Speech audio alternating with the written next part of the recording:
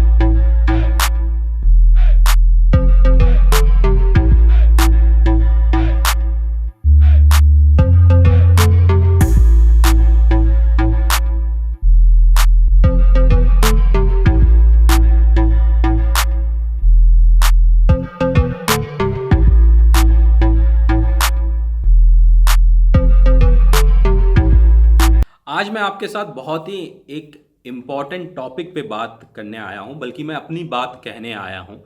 और मैं चाहता हूँ कि आप इस वीडियो को औरों को भी फॉरवर्ड करें, शेयर करें, जिससे कि एक अवेयरनेस आए।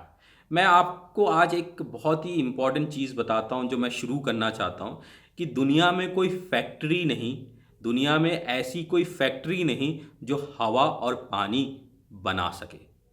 हमारे पास फॉर्मूला ज़रूर है पानी का, H2O, मतलब कि हाइड्रोजन और ऑक्सीजन मिलकर पानी बनता है, लेकिन दुनिया में कोई ऐसी फैक्ट्री नहीं जो कि पानी खुद बना सके। और दुनिया में कोई ऐसी फैक्ट्री नहीं कि जो ऑक्सीजन बना सके। ऑक्सीजन जो हॉस्पिटल में हमें वेंटिलेटर में मिलती है, वो सिलेंडर्स में मिलती है, जो हम इन्वायरमेंट से सक करके सिलेंडर्स में भरते हैं और उनसे हम पैसा कमाते हैं। तो दुनिया में कोई फैक्ट्री नहीं है जो हमें हवा और पानी जो है बना के दे सके। और ये हवा और पानी जो है हमें जंगल से मिलते हैं, इकोसिस्टम से मिलते हैं, बायोडाइवर्सिटी से मिलते हैं। और अगर जंगल ही ख़त्म हो गए तो सोचिए ना हमारे पे हवा होगी सांस लेने के लिए, ना पीने के लिए पानी होगा। आज ये इसलिए ज़रूरी है ये सब्जेक्ट। मैं बात कर रहा हूँ हिंदुस्तान के ईस्ट के अमेज़न फॉरेस्ट कहे जाने वाले डीहिंग पटकाई की, जिसको अभी कुछ ही दिनों पहले गवर्नमेंट ने जो है इस पे जो है कोल माइनिंग के आदेश दिए हैं कि इस जंगल में आप कोल माइनिंग कर सकते हैं। अगर इस जंगल में कोल माइनिंग होगी तो बहुत सारे नुकसान इस मानव जाति को देखने पड़ेंगे, क्योंकि जंगल कटेगा तो जानवर ख़त्म होंगे, पेड़ ख़त्म होंगे, ग्राउंड लेवल का वाटर ख़त्म होगा, सब कुछ ख़त्म होगा। कोयले से हम बिजली बना लेंगे, लेकिन हवा पानी नहीं बना पाएंगे। और हवा पानी के लिए फॉरेस्ट रहना बहुत ज़रूरी है। अब जैसा कि मैंने बताया, ये अमेज़न ऑफ ईस्ट कहा जाता है डीहिंग पटकाई को। तो ये अमेज़न क्यों कहा जाता है ईस्ट का? तो अगर आपको पता हो कि अमेज़न एक फॉरेस्ट है साउथ अमेरिका में, जो कि कहा जाता है लंग्स ऑफ अर्थ, मतलब कि दुनिया के सबसे ज़्यादा कार्बन डाइऑक्साइड सोखने वाला जंगल जो है वो अमेज़न है साउथ अमेरिका का। और जो ईस्ट का जो हमारा ये डीहिंग पटकाई है, इसको भी अमेज़न ईस्ट इसलिए कहा क्योंकि ये भी बहुत सारी ऑक्सीजन हमें देता है। दूसरी तरफ ये रेन फॉरेस्ट है। अब रेन फॉरेस्ट कौन से जंगल होते हैं, क्योंकि जंगल भी बहुत होते हैं। एक ड्राई डेसिडियस फॉरेस्ट होता है, एक रेन फॉरेस्ट होता है। तो जो मेरा अनुभव है, क्योंकि मैंने अपने जीवन में बहुत टाइम मैंने वाइल्ड लाइफ में, एनवायरनमेंट की में काम करते हुए बिताया है। बहुत लोग जानते हैं कि मेरे जो 2 सब्जेक्ट रहे मेरी लाइफ में वो बहुत इम्पॉर्टेंट और मेरे बहुत नज़दीक रहे। वो एक सब्जेक्ट रहा इन्वेस्टिगेशन और दूसरा एनवायरनमेंट और वाइल्ड लाइफ। तो जब मैं कान्हा, बांधवगढ़, पेंच, रणथंभौर ऐसी जगह काम कर रहा था 2003 से 2013 तक, यहाँ तक कि लद्दाख में भी मैं 2 साल था जब मैं स्नो लेपर्ड की डॉक्यूमेंट्री शूट कर रहा था। तो मैंने उस समय तब से लेके इस 2003 से लेके 2013-14 तक मैंने जंगल को बहुत पास से देखा, बायोडाइवर्सिटी को, इकोसिस्टम को बहुत पास से देखा। और मैं बहुत कुछ वहाँ से मैंने सीखने का भी मुझे एक मौका मिला मदर अर्थ से। तो दूसरी तरफ इसको रेन फॉरेस्ट क्यों कहते हैं, एक लेमैन सेंस में मैं आपको बताऊं कि लेमैन सेंस में रेन फॉरेस्ट क्या होता है। कोई भी फॉरेस्ट जो है वो रेन जो है सबसे ज़्यादा जहाँ पे रेन होती है वो रेन फॉरेस्ट कहा जाता है, यानी कि high amount of rainfall receiving forest is a rain forest. और आप जब भी उस फॉरेस्ट में जाएंगे तो आपको हमेशा नमी महसूस होगी, हल्का सा वेटलैंड एरिया मिलेगा क्योंकि वहाँ पे पानी बहुत रहता है। दूसरी तरफ इसमें अब आते हैं कि इसके फ्लोरा और फौना की बात करते हैं। तो जो रेन फॉरेस्ट में जो रेनफॉल हमें मिलती है ये बहुत ही ज़रूरी है।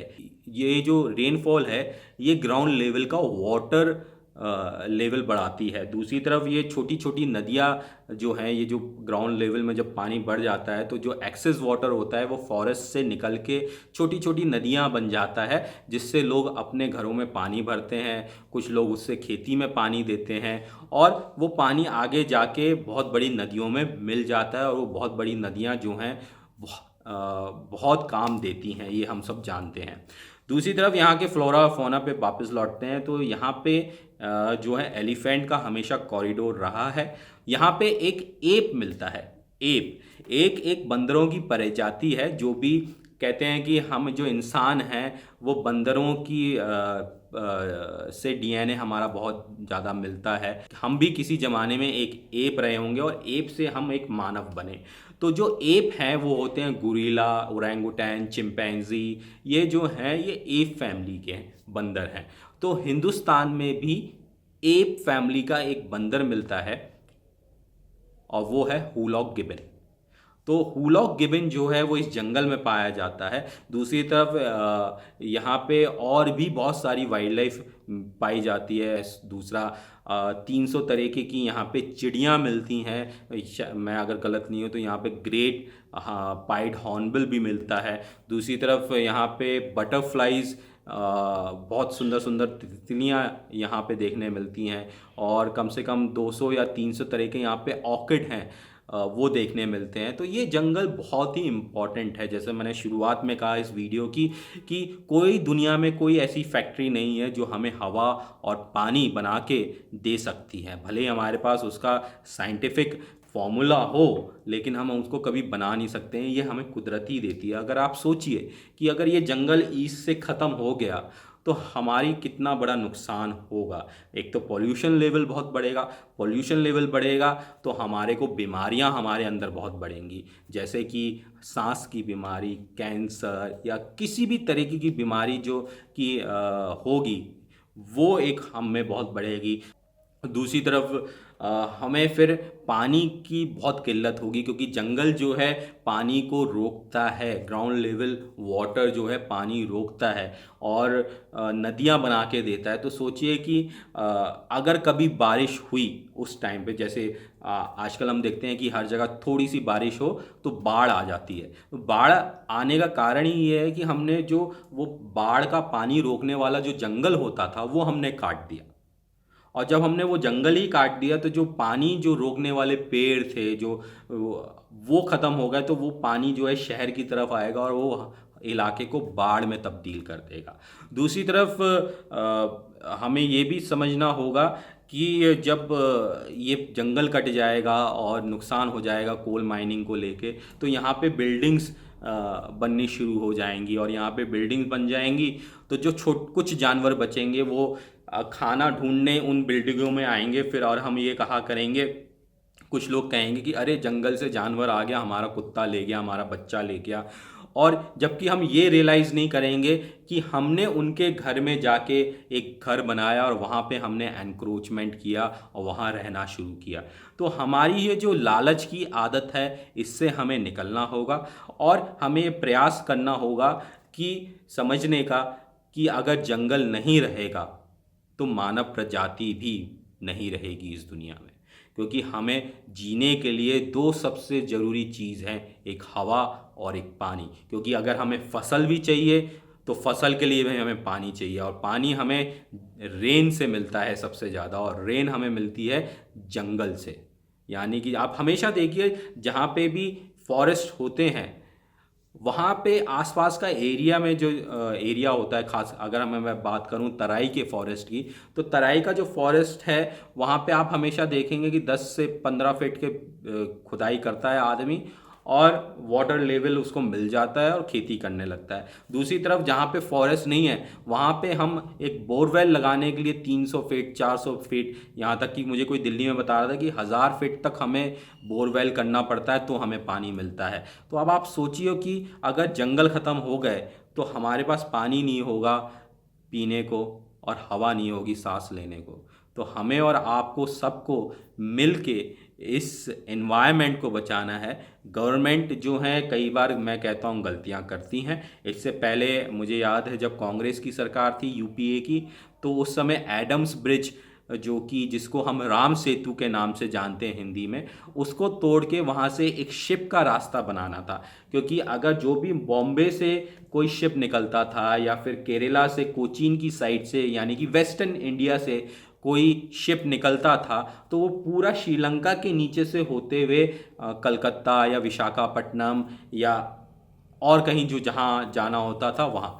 तो अगर वो एडम्स ब्रिज यानी कि राम सेतु अगर हम तोड़ दें तो वहाँ से सीधा रास्ता मिल जाता। लेकिन जितने भी एनवायरनमेंट को जानने वाले लोग थे और मदर नेचर से प्रेम करने वाले जितने लोग थे, उन्होंने गवर्नमेंट के खिलाफ एक मुहिम चलाई और बहुत सारे लोगों को जागरूक किया, और गवर्नमेंट ने उस समय की कांग्रेस गवर्नमेंट ने इस ऑर्डर को विड्रॉ किया। अगर राम सेतु टूट जाता तो हमारी बहुत सारी बायोडाइवर्सिटी जो है ख़राब होती, प्लस दूसरी तरफ हमें ये भी हो सकता था कि जब वो राम सेतु टूटता तो हो सकता था कि समुद्र का वाटर लेवल ज़्यादा बढ़ता और रामेश्वरम की साइड वाला एरिया जो है, कुछ एरिया काफ़ी एरिया जो है वो डूब जाता समुद्र के पानी में।